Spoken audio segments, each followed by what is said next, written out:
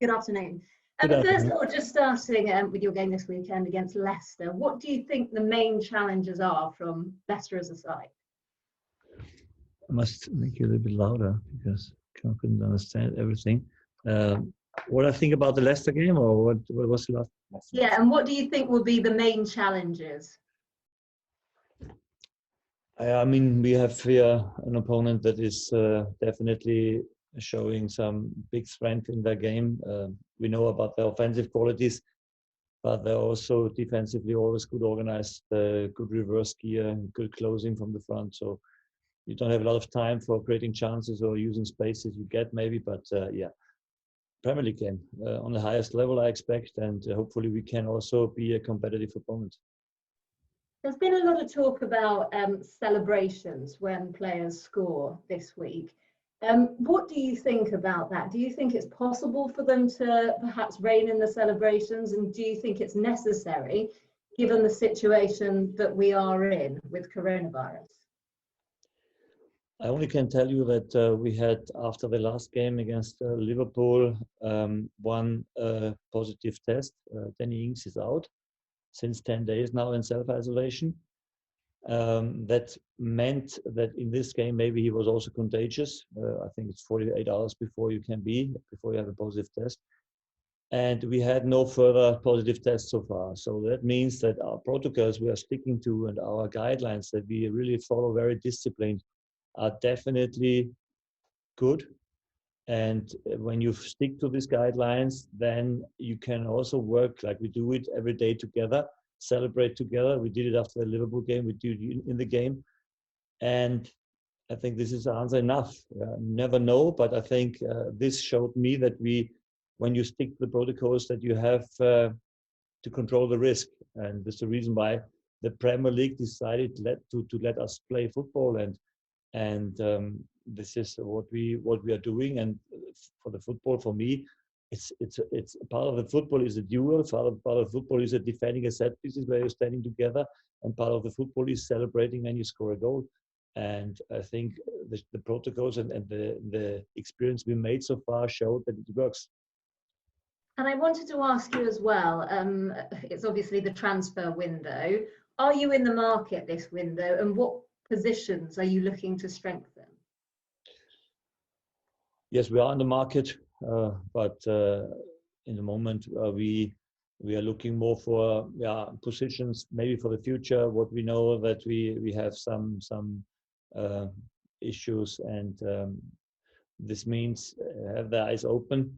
But we also know that we are in a moment in a situation where every club is really struggling with the money. We have to take care of the future. Is the reason why we have set ourselves the limits that are still then able for us to handle. And I think we must be very clear if we really need something. We have, I think, the last games we had 8 academy players on the bench. This is the way we have to go in a moment, and that minimize the risk. And I think to go in the risk in the winter transfer window, I think it's not so 100% necessary for us. If we do something, then we do it as a baggage for the future, like we did last winter with Kyle Walker-Peters, where we signed him at first on loan, and then we can have a look if he can help us. And then in the summer, when we have maybe also a few players they step out, then we can then speak about a fixed signing. Perfect. I think that's my 3 questions up, isn't it? Thank you very much. Right, we'll go to Paul Belston for Premier League in his car, by the looks of it.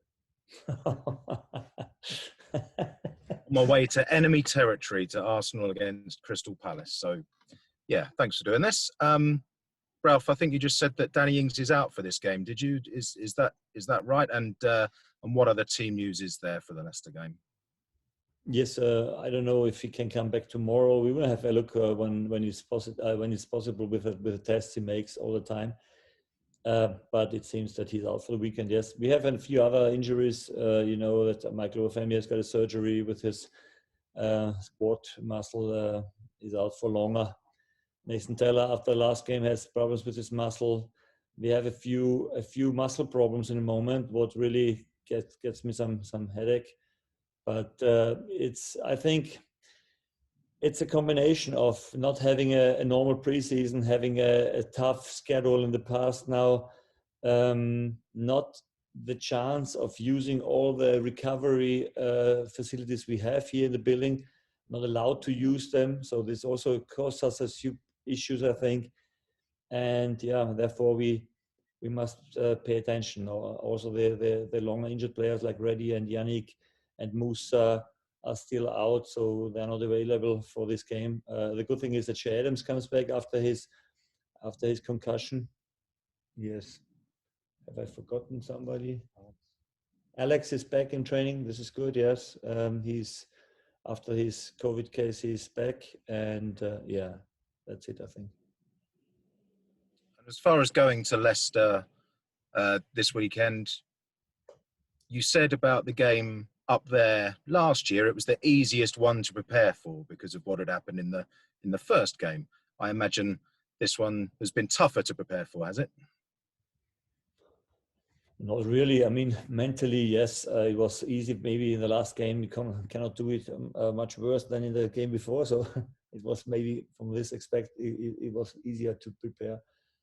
I think the good thing was now that we had, because of the cancelling of the Shrewsbury game, we had a weekend off where we, after intense time, could give the players a few days rest to recover well at home. And now we are hungry again for taking the next points in the Premier League against a strong side. We had played a few very good games in the past in their stadium, so we go there with a lot of self-confidence and with the belief that we can win there. And how important was the belief the team showed in that game when they went 1-0 down? And did that sort of set you up for the 2020 that followed, the fantastic form that you've enjoyed in the past 12 months? It was only one of the steps we made since this famous game. So yes, I mean, we have definitely now a different way of playing football. We have changed our game completely and have other qualities now. I think we had. It's not a coincidence that the last 3 games we had clean sheets. I think we have never done this since I'm here, and this is a new strength we are working on. And I think against such sides, you have to have a very good balance of how much risk you take for attacking, but also how compact you are in defending. We know about the qualities of Vardy in front and other players. They can always, when you give them the space, kill you. And I think this is important to know this and be brave when you have the ball. And I think this is also a new quality in our game, and we must show both on the weekend. Good luck, Ralph. Thank you very much. Thank you. Okay, we'll go to Adam Blackmore at Radio 7.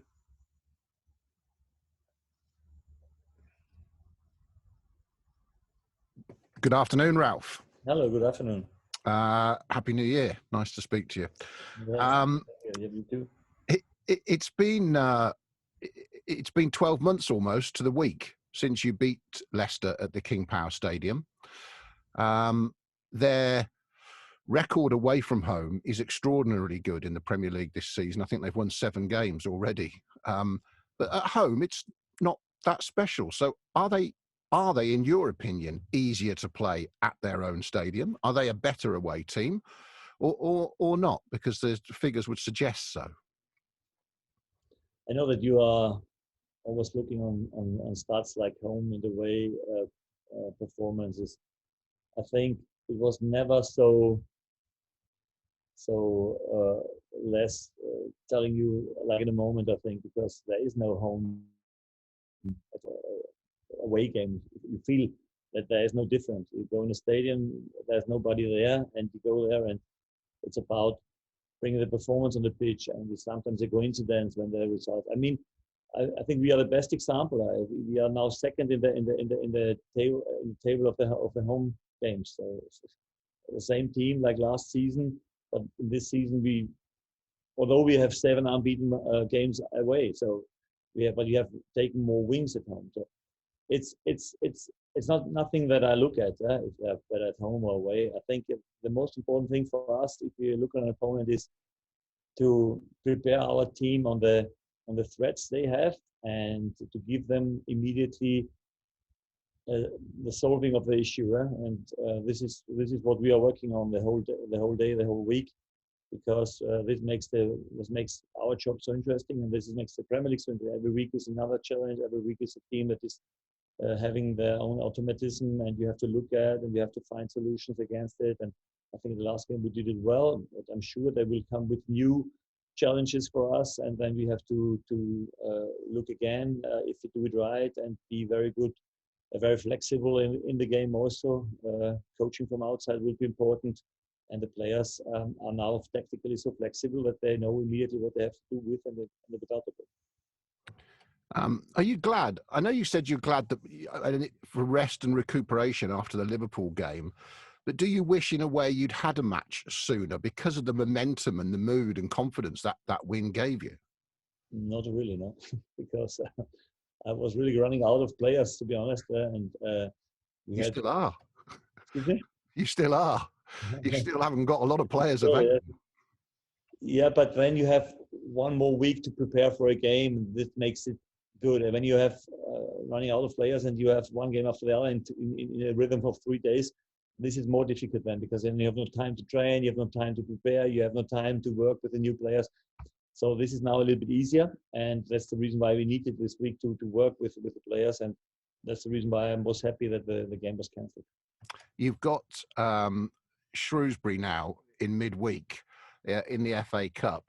Is that a better game than having to play Leeds, which was the trip you would have had? Leicester to Leeds back-to-back away from home was a tough week. Are you glad now you're back at St Mary's and got a home game in the Cup instead? Yeah, to be honest, we have to play this game. And so if it's now or later, we will have 3 games a week. So it's not gone. So it's not doesn't make such a big difference. I think it can be that we have 9 games in 4 weeks after the Leicester game. So with the Leicester game. So this is maybe the busiest time of the year. And as you said, you have to play these games. They're not gone. So it's only a pushback, but push a little bit later, but not that doesn't make it easier. Thanks, Ralph. Good luck Saturday night. Thanks a lot. Okay, we'll go to Ian Abrahams, Talk Sport. Hi, Ralph. How are you?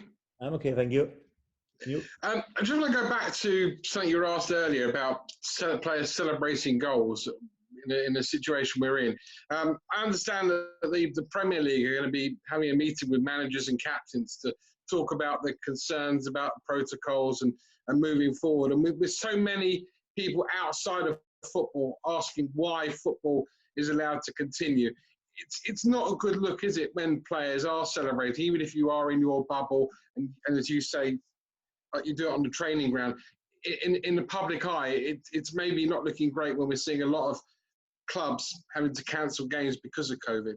Yeah, but you must know why they have to cancel the games because of COVID. Maybe they had immediately 10 infection or 10 players they were out, and then maybe it wasn't everything perfect with their protocols or sticking not discipline enough with the protocols. And I think when you do this, there are some reasons why we are playing football now. That because the government said, like, when you do it like this, then you're allowed to keep on going. And as I said, for us, the example with Inzi was the next one, that it is definitely possible also to celebrate together. I know that it is never without a risk. Also to go in a duel is not without a risk. But I think we have shown when we are disciplined that it works. Yeah? And as long as you do this, I see no reason why we shouldn't continue, to be honest. And your players have behaved away from the environment of the training ground of football, but we have had stories since Christmas of other teams at Spurs, at West Ham, at Fulham, at Crystal Palace, several teams that have their players haven't behaved. As a manager whose players are keeping to the rules, how annoying is it when you see other players that aren't? Yeah, this is only the mirror of the normal life, to be honest. Football is always the focus of a normal life, because I think in normal life it's the same and everybody would stick to the rules. I think we wouldn't have that high cases like we have in the moment. And I think it's always hard if you get punished for the behavior of some that are not disciplined enough. And this we have to definitely speak about. And I think I remember that we were committing to the fact, if they have a lot of players not being disciplined and being out of the game, that you have to play with under 23 or whatever, and then you have to do it. And this, I mean, it can be an advantage for a club who really is disciplined, who really sticks to the protocol, who really does everything that. And it's not only about being here; it's about how you travel, how you fly, if you drive with 3 buses or whatever. And I mean, there are some reasons why you have to do it, because that minimizes the risk to have close contact, and then it has shown that it is possible to play football. Yeah?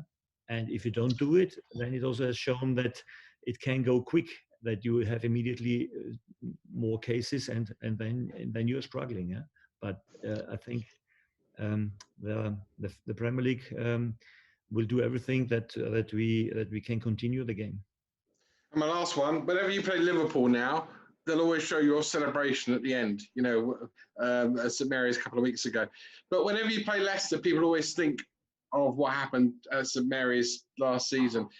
Is that always going to haunt you? Whenever you play Leicester, people will always go, however good Southampton are, however...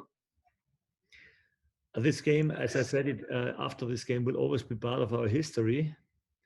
But the interesting thing is how you write the history after this game. And this is what makes me more proud, to be honest, that a game, what you lose with 1 man down after 10 minutes, what everybody forgets afterwards. But it's okay. This is part of our history, no problem. But what we have done afterwards, I think, and where we are now, I think is the fact that makes me really proud. Yes.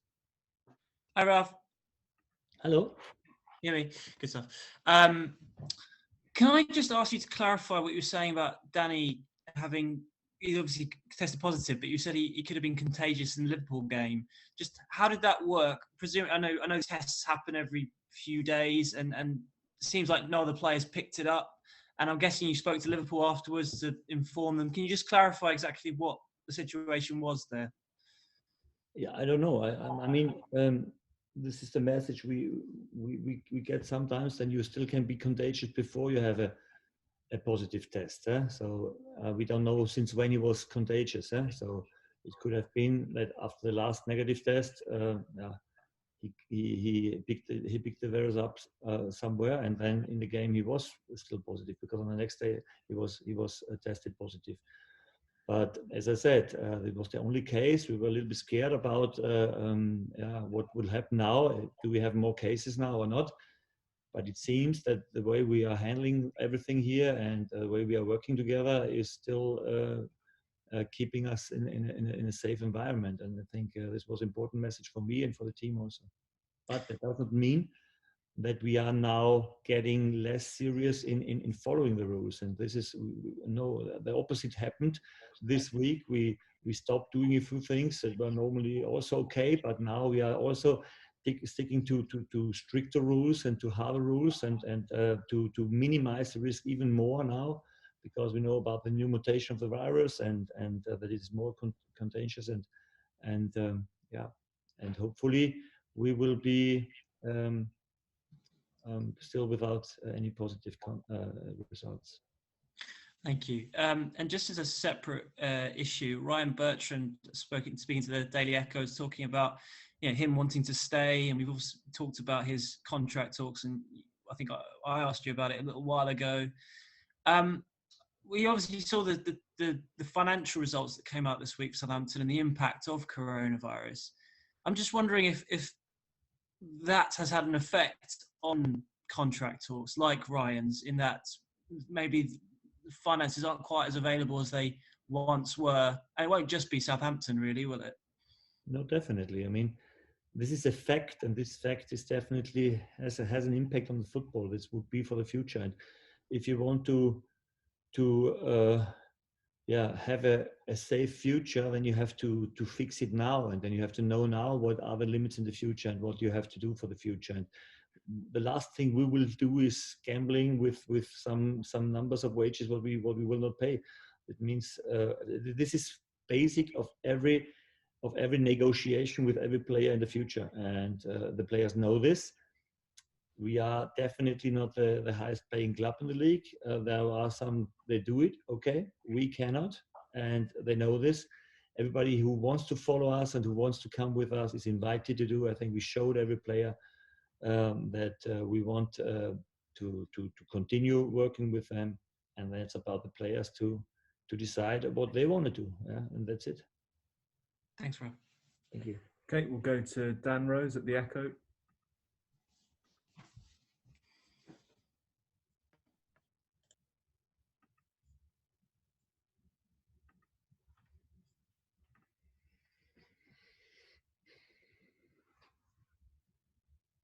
Dan, when you're ready. Hi, Ralph. You okay? Yeah, I'm okay, thank you. First of all, you mentioned in the broadcast section about Moussa Djenepo and saying that he might be a longer-term injury. Obviously, we saw his emotion when he had to come off during that Liverpool game. Just how tough is it to find out for him personally with the injury troubles that he's had that he could be out for a little while?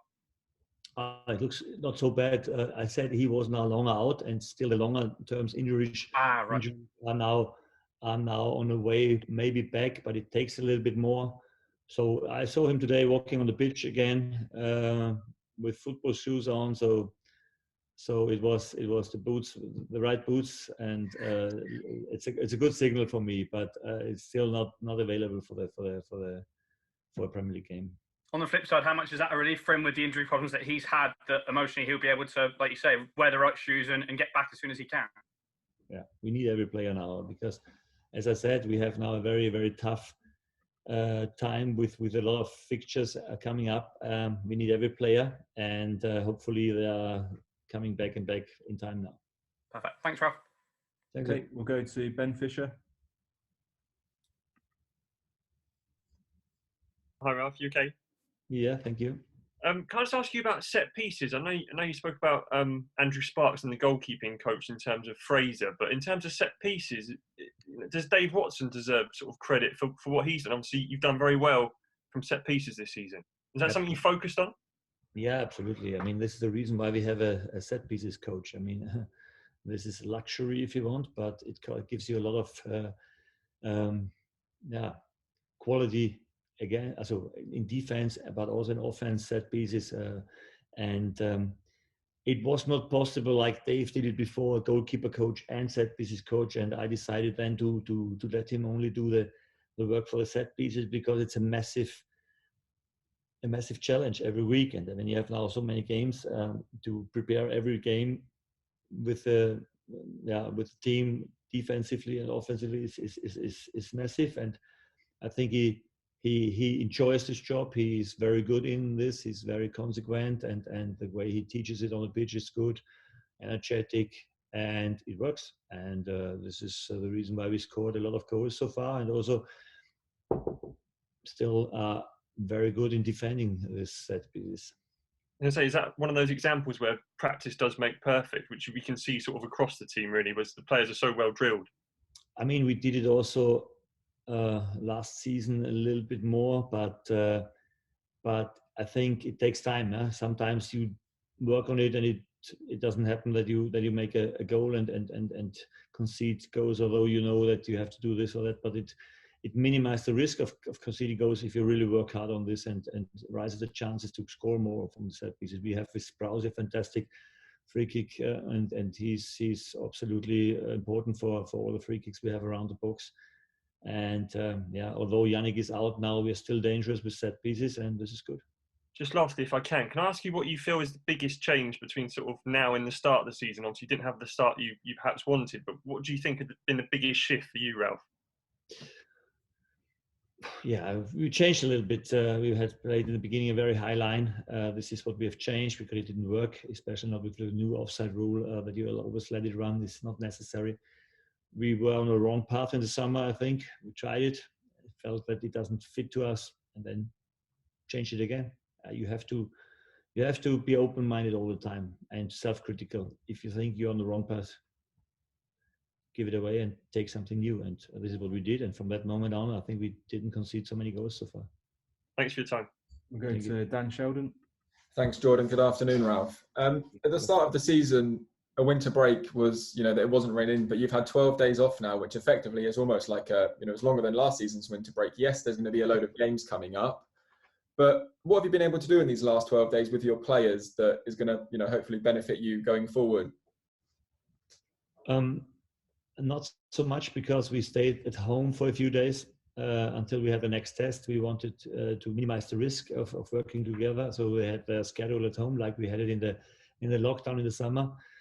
But after this intense time, it wasn't necessary to stay to be every day on the pitch. This week it was different. We immediately started with two good sessions on the pitch with tactical work that they find immediately back to the behaviors we need for our game. And so we hopefully, it feels a little bit like an international break, to be honest. This was a little bit the feeling we had. And how important has that reset almost been? I know you've just mentioned there that you were at home for a few days, but after such a high against Liverpool, was it almost good to have that time to almost come back down to sort of a level ground and refocus? Yeah, I mean, if you know us and you know how settled we are normally in our expectations, what we can manage and what we can do with this team, there was no reason to have a high fly now.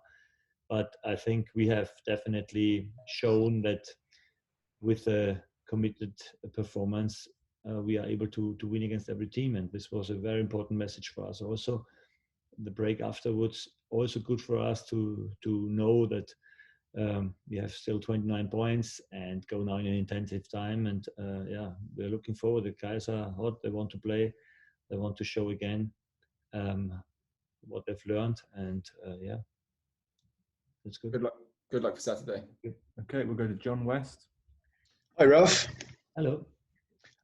Shrewsbury Town said that they would have forfeited the cup game if they'd been told to, but the FA were very, very keen for that not to happen. Are you personally in Southampton, the club, happy that this is happening? You could say that the fixture pile-up that the Leeds postponement has caused will put your players under a different sort of risk of, the risk of injury. Are you happy that everything was done fine? Yeah, I mean, it's clear that if you go in such a game, that you have to know that the opponent is tested negative and that they are having the same rules like we have in the Premier League in the moment. Otherwise, these games would be too dangerous for me, to be honest. And if it is like this, then there's no reason why we shouldn't play it. But are you not worried about the knock-on of the fixture pile-up? Or does it just mean that every manager's going to get? Yeah, I mean, in the moment, it's a strange situation. It's a different situation. Like in a normal season, we know this. We have to handle this. It's not always ideal. It can also be maybe when the Shrewsbury game is again postponed, that we suddenly have to play against Leeds on Wednesday. This is also possible. So we have to prepare for this. This is also not normal, but we are not in a normal season. And in a normal season, there are some circumstances you have to handle. It's not perfect, but everything is better than not playing football. Is that something that could happen? You could still be playing Leeds if you get a call from... I don't know, but I to be honest, I also have this in my mind. When this happens, then I will not be surprised, and I will try to work out a game plan for the Leeds game, what is also possible in 2 days. Okay, we'll go to Tom Leach. Hello, Ralph. Can you hear me? Yes, I can hear you. Hello. On the same topic, are you concerned at all about the Shrewsbury game in terms of a coronavirus threat? We know how many positives they've had over the last few weeks. And if I've understood the EFL guidance correctly, I don't think they have to retest those positive players again before Tuesday. I think as long as they've tested positive and isolated, they can return without a test. Does that concern you with how safe you've been keeping Staplewood? I don't know about this, to be honest. I haven't heard about this, to be honest. I will definitely want to have the information how safe this game is. This is for sure. And because otherwise, I think I don't understand why we should take it different than in the Premier League, on the Premier League level. So this must be, for me, absolutely important that we know this. Looking into the weeks that will follow that game, I think you mentioned earlier that you know, if you beat Shrewsbury and then you beat Arsenal, you could potentially play 10 games in about 4.5 weeks or in 5 weeks. How do you go about planning for that? How do you manage your players? How do you find time to ensure that in the gaps between games you can make improvements, that you can get into any kind of rhythm? And could we expect that if you do find yourself in a run that intense, that really time on the training pitch won't be that frequent?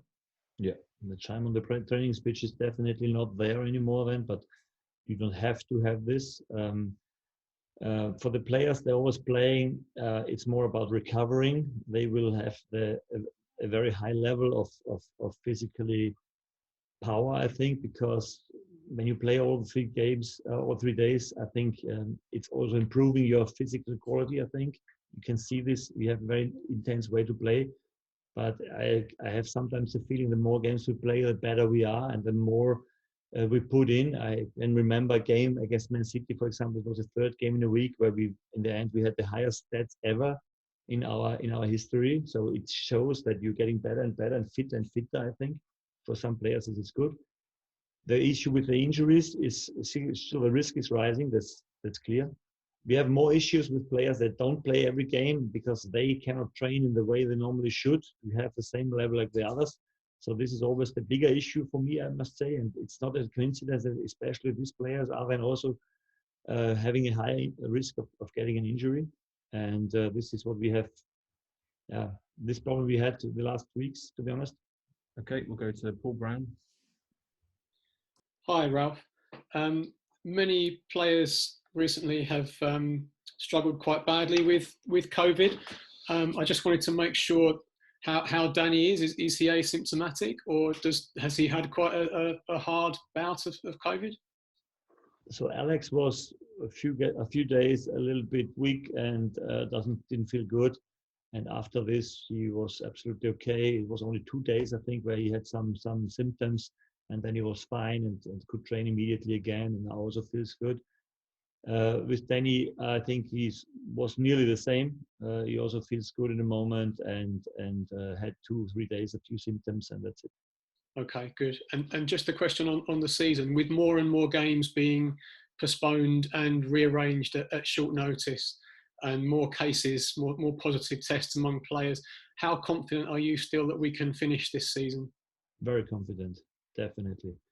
We have big squads, and the interesting thing will be when teams start playing with, when they have more cases with our players. They are not so known in the Premier League, and I think there's also a chance for some young players then get a moment to have a first step in the Premier League. And I think it's important for the football, for also the people that are at home sitting in the lockdown, that we continue the game, and that is possible if we are disciplined. And this must be the message out there, that everybody knows that he's responsible for the Premier League, for the future of the Premier League.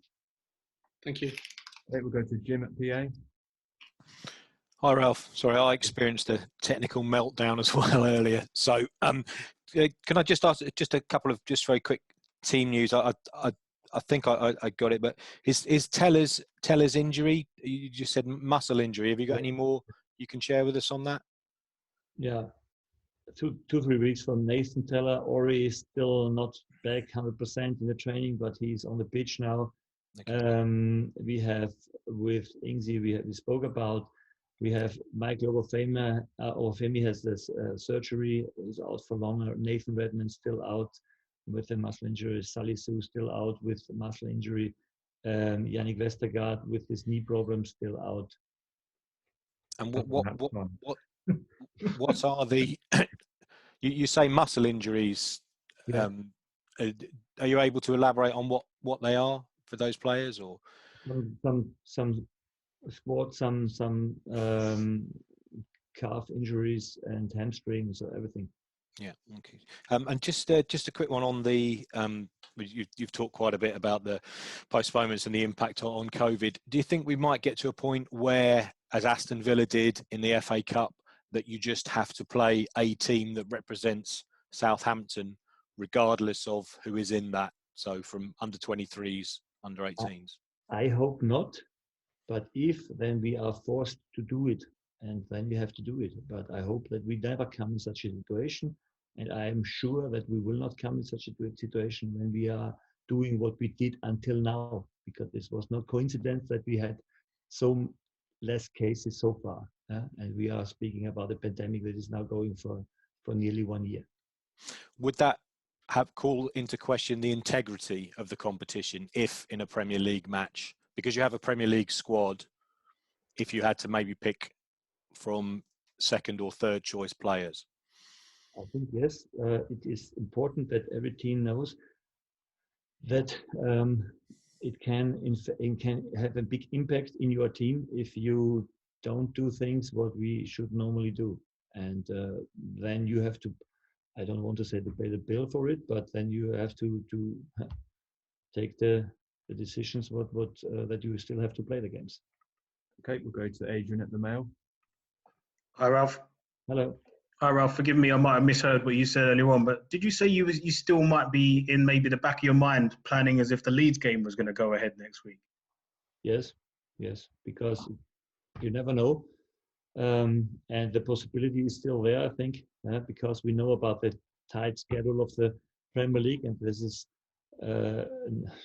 not ideal what happened, for example, with the Tottenham game against Fulham, but we have to be prepared for it because it's a special situation.